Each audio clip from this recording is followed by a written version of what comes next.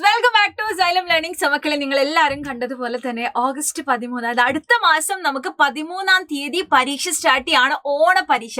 അപ്പൊ നമ്മൾ വിചാരിക്കും അടുത്ത മാസമല്ലേ, ഇനി എത്ര ദിവസം ഉണ്ടെന്നല്ലേ. പക്ഷെ നിങ്ങൾ മനസ്സിലാക്കേണ്ട കാര്യം, ഇത് ജൂലൈ 22 അല്ലെ, നമ്മുടെ ജൂലൈ ലാസ്റ്റ് ആണ്.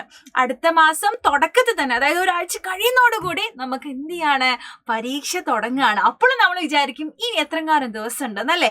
നിങ്ങളൊന്ന് ആലോചിച്ച് നോക്കണം, കഴിഞ്ഞ മാസമാണ് നമുക്ക് സ്കൂൾ തുറന്നത്, അടുത്ത മാസം നമുക്ക് പരീക്ഷ. ദിവസങ്ങളൊക്കെ ചടപടേ എന്നുള്ള രീതിയിലാണ് കടന്നു പോകുന്നത്. സോ കറക്റ്റ് ആയിട്ട് പറയുകയാണെങ്കിൽ നിങ്ങളുടെ മുന്നിൽ ഇനി 22 ദിവസമാണ് ഈ ഒരു ദിവസത്തിലേക്കുള്ളത്.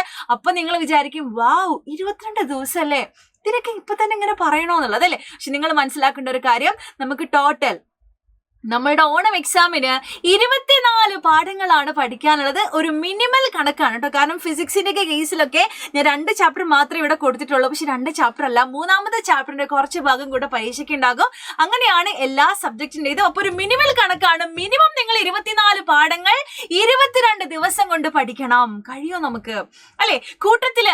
കൂട്ടത്തിൽ നമുക്ക് എന്തൊക്കെയുണ്ട്, ഡെയിലി സ്കൂളുണ്ട്, സ്കൂൾ ഹോംവർക്ക് ഉണ്ട്, സ്കൂളിൽ വേറെ ആക്ടിവിറ്റീസ് ഉണ്ട്, വീട്ടിലെ കുറെ കാര്യങ്ങളുണ്ട്. അപ്പൊ ഇതിന്റെ ഒക്കെ ഇടയിലാണ് നമ്മൾ സമയം ഉണ്ടാക്കി പഠിക്കേണ്ടത്. ഒറ്റ കാര്യം മനസ്സിലാക്കുക, നിങ്ങൾ ഈ ഒരു വർഷം അല്ലെ ഏറ്റവും കൂടുതൽ നന്നായിട്ട് എഴുതണമെന്ന് ആഗ്രഹിക്കുന്ന ഒരു എക്സാം ഉണ്ടെങ്കിൽ അത് നിങ്ങൾക്ക് ഏറ്റവും ഈസി ആയിട്ട് സാധിച്ചു തരുന്നത് നിങ്ങളുടെ ഓണം എക്സാം ആണ്. കാരണം ഇവിടെ മാത്രമാണ് നിങ്ങൾക്ക് കുറച്ച് ചാപ്റ്റേഴ്സ് പഠിക്കാനുള്ളത്. ബാക്കി എല്ലാ എക്സാമിനും ഒരുപാട് ചാപ്റ്റേഴ്സ് നിങ്ങൾക്ക് പഠിക്കാനുണ്ടാകും.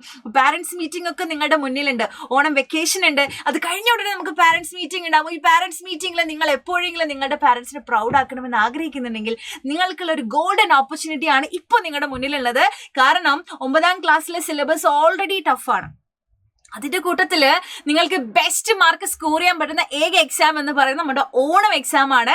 പ്രധാന കാരണം ഇത്ര ചാപ്റ്റേഴ്സേ നമുക്ക് പഠിക്കാനുള്ളതുള്ളൂ. പിന്നെ ഒക്കെ നല്ല താരതമ്യേന വളരെ സിമ്പിൾ ആയിട്ടുള്ള ചാപ്റ്റേഴ്സ് ആണ്.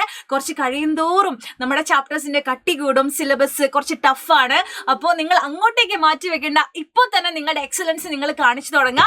സോ മക്കളെ, നിങ്ങളോട് പറയാനുള്ളത്, ആരും വിഷമിക്കേണ്ട അല്ലെ. നിങ്ങൾ അയ്യോ ഇത്ര പഠിക്കാനുണ്ടോ, എന്ത് ചെയ്യും എന്നൊക്കെ ആലോചിച്ചിട്ട് ടെൻഷൻ ആവേണ്ട കാര്യമൊന്നുമില്ല. നിങ്ങളെ കൊണ്ട് സാധിക്കും. കാരണം ദിവസങ്ങളുണ്ട്.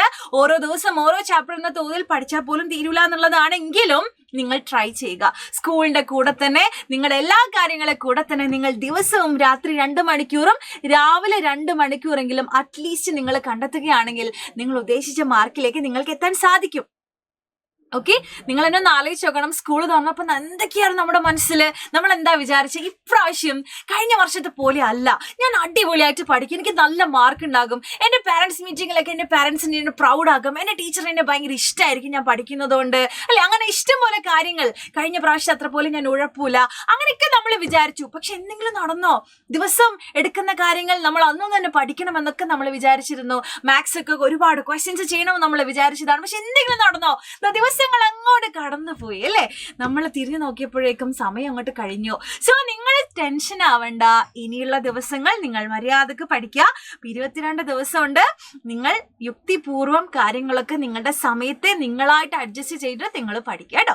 അവക്കളെ, ഞാൻ വന്നിട്ടുള്ളത് നമ്മുടെ ഇക്വേഷൻസ് ഓഫ് മോഷൻ, ചലന സമവാക്യങ്ങൾ എന്ന് പറയുന്ന ചാപ്റ്ററിൽ നിന്നും വളരെ ടഫായിട്ട് നമുക്ക് ഫീൽ ചെയ്യുന്ന ഒരു ഭാഗമാണ് ഗ്രാഫിന്റെ പാർട്ട് എന്ന് പറയുന്നത്.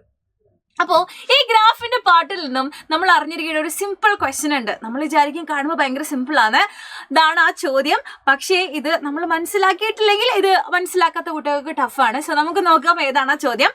Find the velocity at 10th second, അതായത് 10ാമത്തെ സെക്കൻഡിലെ പ്രവേഗം കണ്ടെത്താനാണ് നമ്മളോട് പറഞ്ഞിരിക്കുന്നത്. ഇത് കേൾക്കുമ്പോൾ എന്താ, ഭയങ്കര സിമ്പിൾ ക്വസ്റ്റ്യൻ ആണ് അല്ലെ. അപ്പൊ നമുക്ക് തന്നിരിക്കുന്നത് എന്താ, ഒരു ST ഗ്രാഫ് ആണ്. അതൊരു സ്ഥാന സമയ ഗ്രാഫ്, പൊസിഷൻ ടൈം ഗ്രാഫ് ആണ്.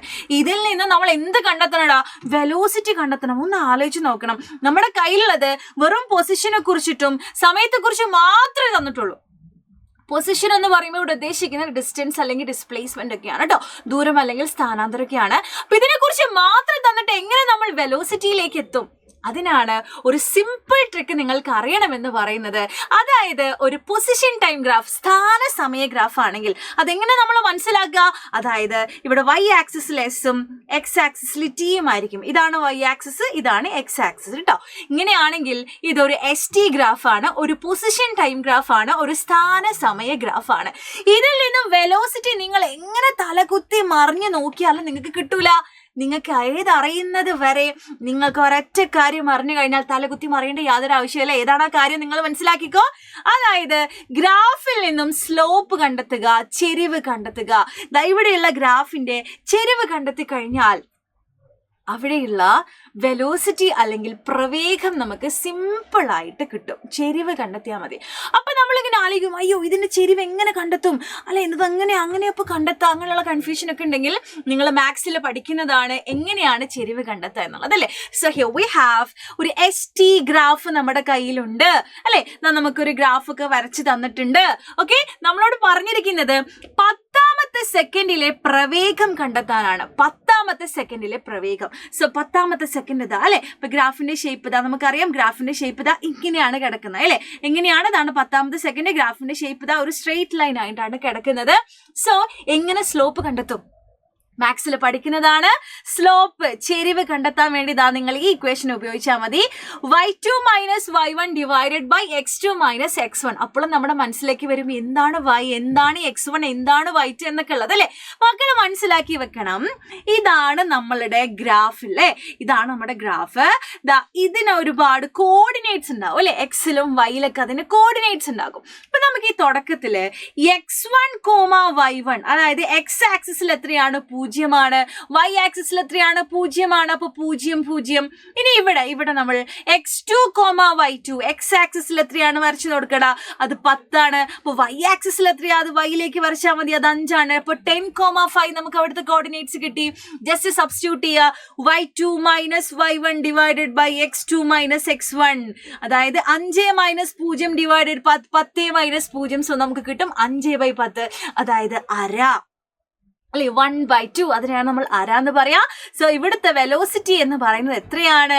അത് 0.5 മീറ്റർ ബൈ സെക്കൻഡ് ആണ് ഇവിടുത്തെ വെലോസിറ്റി. അപ്പൊ ഒരു ഗ്രാഫിൽ നിന്നും നിങ്ങളോട് പല കാര്യങ്ങൾ കണ്ടെത്താൻ പറയും. അപ്പൊ നമ്മുടെ ST ഗ്രാഫിൽ നിന്നും നിങ്ങളോട് കണ്ടെത്താൻ പറയുന്ന ചോദ്യം എപ്പോഴും വെലോസിറ്റി അല്ലെങ്കിൽ പ്രവേഗം കണ്ടെത്താനായിരിക്കും. അപ്പൊ അതെങ്ങനെ കണ്ടെത്തും? നമ്മൾ അവിടെയുള്ള ചെരിവ് കണ്ടെത്തിയാൽ മതി. എന്ത് കണ്ടെത്തിയാൽ മതി? ചെരിവ് കണ്ടെത്തിയാൽ മതി. അങ്ങനെയാണെങ്കിൽ ഒരു കുഞ്ഞു ചോദ്യം ഞാൻ നിങ്ങൾക്ക് തരികയാണ്. ഈ ഗ്രാഫ് മാത്രമല്ല നമുക്ക് ഈ ചാപ്റ്ററിൽ പഠിക്കാനുള്ളത് അല്ലെ. നമുക്ക് എന്തും കൂടെ പഠിക്കണം. ഒരു VT graph, velocity time graph അല്ലെങ്കിൽ പ്രവേഗ സമയ ഗ്രാഫ്. ഇവിടെ പ്രവേഗം വരും, ഇവിടെ സമയം വരും. ഈ ഒരു ഗ്രാഫും കൂടെ നമുക്ക് ഈ ഒരു ചാപ്റ്ററിൽ പഠിക്കാനുണ്ട്. അപ്പൊ ഈ ഒരു ഗ്രാഫിന്റെ പരപ്പളവ് അല്ലെങ്കിൽ ഏരിയ കണ്ടെത്തി കഴിഞ്ഞാൽ നമുക്ക് ആരെയോ കിട്ടും. അതായത് ഈ ചാപ്റ്ററിൽ പഠിക്കുന്നുണ്ട് ആളെ പേരൊക്കെ, ആളെ കണ്ടെത്താനുള്ള വഴികളൊക്കെ നമ്മൾ പഠിക്കുന്നുണ്ട്. അപ്പൊ ഇയാളെ കുറിച്ചിട്ടുള്ള ഒരു ഡീറ്റെയിൽ കാര്യങ്ങൾ നമുക്ക് ഈ ഒരു ഗ്രാഫിന്റെ പരപ്പളവ് അല്ലെങ്കിൽ ഏരിയ കണ്ടെത്തിയാൽ കിട്ടും. അപ്പൊ അതെന്താണ് സാധനം, ഏരിയ കണ്ടെത്തിയാൽ നമുക്ക് എന്താണ് കിട്ടുക എന്നുള്ളത് നിങ്ങൾ താഴെ കമന്റ് ചെയ്യുക. അത് മാത്രമല്ല ഗ്രാഫ്, ഇക്വേഷൻസ് വെച്ചുള്ള ക്വസ്റ്റ്യൻസ് ഒക്കെ നിങ്ങൾക്ക് ബുദ്ധിമുട്ടായിട്ട് ഫീൽ ചെയ്തിട്ടുണ്ടെങ്കിൽ നിങ്ങൾ ഉറപ്പായിട്ടും കമന്റ് ചെയ്യാൻ മറക്കരുത്. നിങ്ങൾ പറയുകയാണെങ്കിൽ അത് വീഡിയോ ആയിട്ട് അപ്ലോഡ് ചെയ്യാൻ ശ്രദ്ധിക്കാം. മക്കളോട് പറയാനുള്ളത് ഈ ഒരു ചാപ്റ്റർ മുഴുവനായിട്ടും നിങ്ങളോട് എക്സാമിന് ചോദിക്കും. നമുക്ക് ഫിസിക്സിൽ കുറച്ച് ടഫായിട്ട് ചാപ്റ്റർ ഇതാണ്. സോ കൂടുതൽ സമയം കണ്ടെത്തി ഈ ചാപ്റ്റർ നിങ്ങൾ പഠിക്കുക, ക്വസ്റ്റ്യൻസ് നിങ്ങൾ വർക്ക്ഔട്ട് ചെയ്യുക. So thank you so much. Comment ചെയ്യാൻ മറക്കണ്ട കേട്ടോ. ബൈ.